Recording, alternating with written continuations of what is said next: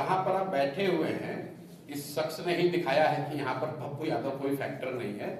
ये तो उदय सिंह जैसे लोग जब यहाँ पर सक्रिय अभी नहीं है राजनीतिक तौर पर, इलेक्टोरल सेंस में सक्रिय तो समाज के स्तर पर हैं ही, राजनीतिक तौर पर हैं, लेकिन चूंकि इलेक्टोरल पॉलिटिक्स में उदय जी जैसे जो साथी हैं वो बहुत सक्रिय नहीं है, इसलिए आपको इस तरह के मेंढक लोग दिखते रहते हैं। और मेंढकों का काम है बरसात में निकलेंगे तो टर टर करेंगे, उससे कोई फर्क नहीं पड़ना है। पिछले 10 वर्ष और 12 वर्षों से हम लोगों ने देखा है कि जिस राज्य में भी चुनाव होता है, मोदी जी और अमित शाह को वही राज्य दिखाई देता है।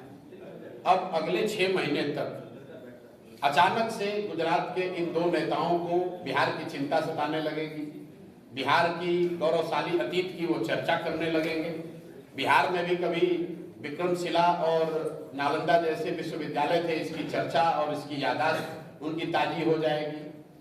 बिहार के बच्चों, बिहार की गरीबी कैसे दूर होगी ये पता अभी उनको चलेगा। अगले 6 महीने तक जितनी भी सरकारी योजनाओं का बटन दबाया जाएगा उसका केंद्र भी बिहार बनाया जाएगा। जो योजना पहले से चल रही है, हर 3 महीने पे किसानों को स्वनिधि का पैसा भेजा जाता है, वो बटन दबाने के लिए मोदी जी बिहार में ही आकर दबाएंगे। तो ये कोई नई बात नहीं है, लेकिन नवंबर के बाद ये दोनों लोगों को फिर बिहार कभी अगले 6 महीने तक 6 साल तक दिखेगा नहीं, क्योंकि तब तो बिहार उनके लिए सिर्फ मजदूर का सप्लाई केंद्र है। अच्छा तो तब होता जब अमित शाह जी आ रहे हैं और वो घोषणा कर दें कि अगले 2 साल, 4 साल, 5 साल में बिहार से मजदूरों का पलायन, जो गुजरात के फैक्ट्रियों में, मोरबी में, सूरत में जो लड़के इस गर्मी में 12-15 हजार रुपए में नौकरी मजदूरी कर रहे हैं और गुजराती लोग उन फैक्ट्रियों के मालिक हैं, अमित शाह जी ये घोषणा कर दे कि उन लोगों के, उन बच्चों को भी जो गुजरात के मजदूरों को मजदूरी मिल रही है, उतनी मजदूरी तो कम से कम बिहार के बच्चों को दिलवाओ। ये बात यहाँ बिहार में कभी चर्चा नहीं होती है। हम लोग ये सब कहते हैं कि यहाँ से लोग बाहर मजदूर जाते हैं, लेकिन गुजरात के मजदूरों को उसी फैक्ट्री में जो पैसा मिल रहा है और बिहार के मजदूरों को जो फैक्ट्री में पैसा मिल रहा है, उसमें जमीन आसमान का फर्क है। अच्छा तब लगेगा जब अमित शाह जी आए और बताएं कि गुजरात के जो बड़े उद्योगपति हैं उनमें से कितने लोग बिहार में उद्योग लगाएंगे। पिछले 12-15 साल में तो लगाया नहीं। तो अब जन सुराज जब यहाँ है इन बातों के लिए, तो हम लोग ये जरूर गांव-गांव जाकर कह रहे हैं कि वोट आप लीजिएगा बिहार में और सारा इन्वेस्टमेंट, सारी फैक्ट्रियां, सारी तरक्की होगी गुजरात में। ये नहीं चल सकता है। गुजरात में की तरक्की हो, हमें कोई, हम लोग को उससे दिक्कत नहीं है। गुजरात में बुलेट ट्रेन बन रहा है, आप लोग पत्रकार महोदय लोग रोज उस पर चर्चा कर रहे हैं, टिप्पणी कर रहे हैं, न्यूज बनाते हैं। बुलेट ट्रेन बनाने के लिए भारत सरकार ने जापान से 1 लाख करोड़ रुपया का ऋण लिया है, गुजरात में नहीं लिया है, पूरे देश ने ऋण लिया है, जिसमें बिहार का भी 13% हो गया। अगर 1 लाख करोड़ रुपया भारत सरकार ने ऋण लिया तो 13,000 करोड़ रुपया बिहार के लोगों पर भी वो कर्ज हो गया। वहां पर बुलेट ट्रेन बन रहा है। अहमदाबाद से बॉम्बे तक जाने के लिए सैकड़ों विकल्प है, वहां फ्लाइट है, पहले से ट्रेन है, सड़क है,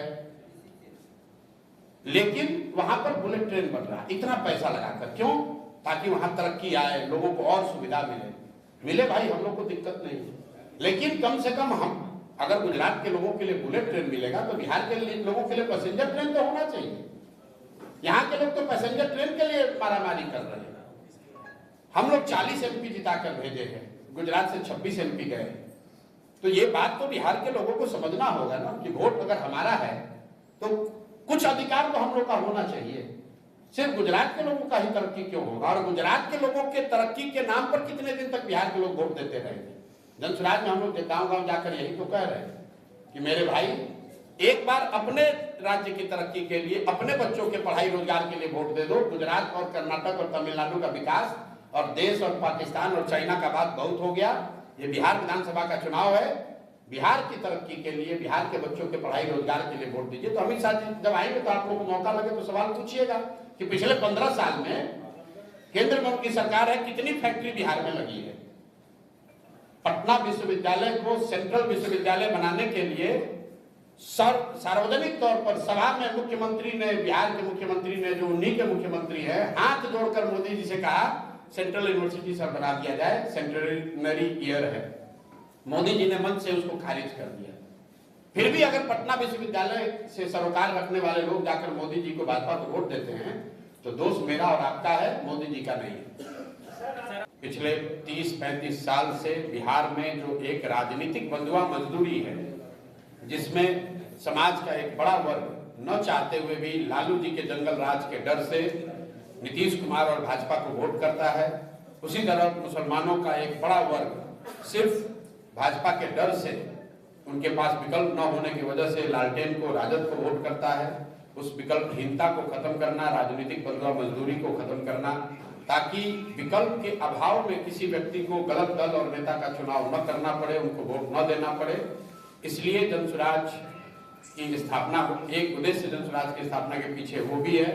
आप देखेंगे आने वाले विधानसभा चुनाव में जनसुराज यहाँ मजबूती से सशक्त उम्मीदवार, सशक्त और ईमानदार उम्मीदवारों के साथ चुनाव लड़ेगा, और हम लोगों की कोशिश होगी कि जनता सही विकल्प का, एक ईमानदार और बेहतर विकल्प का चुनाव करे, और बिहार में विकल्पहीनता के अभाव में लालू, नीतीश और भाजपा का ये जो त्रिकोण चला आ रहा है, इसको रोका जा सके। बिहार में भी शिक्षा और पलायन पर बात हो, बिहार में भी विकास की बात हो, बिहार भी देश के कुछ अन्य राज्यों के तरह विकास के पथ पर वापस जाए, इसी परिकल्पना को लेकर हम लोगों ने प्रयास शुरू किया है। मैं अंतिम जनसुराज के साथ बिहार का हर वो मतदाता, आपने ठीक कहा कि आरजेडी 38% मतदाताओं की बात कर रहा है, जनसुराज 100% बिहारियों की बात कर रहा है। उसमें वो 38% भी शामिल है जो उनके समझ से, आपकी समझ से आरजेडी का समर्थक है। हम लोग किसी जाति, समुदाय, संप्रदाय विशेष क्षेत्र की राजनीति नहीं करते हैं। हर उस बिहारी की राजनीति कर रहे हैं जो बिहार में परिवर्तन चाहता है। हर उस बिहारी की बात कर रहे हैं जो पिछले 30-35 साल से बिहार में विकल्प न होने की वजह से कहीं न कहीं अपने मन में कूड़ता रहा है, दूसरे राज्यों की तरक्की को देखकर अफसोस करता रहा है कि काश ऐसा होता कि बिहार में भी कोई दल होता, बिहार में भी विकल्प होता जहां हम लोग भी विकास की बात करते।